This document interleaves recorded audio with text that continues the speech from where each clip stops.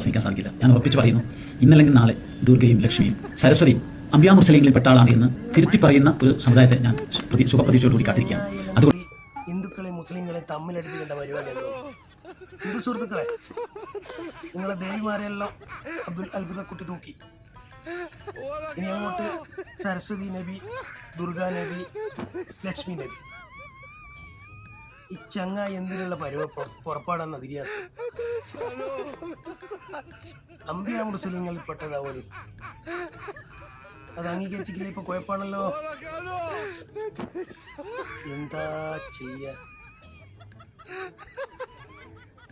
ആവൂല മക്കളെ, ആവൂല.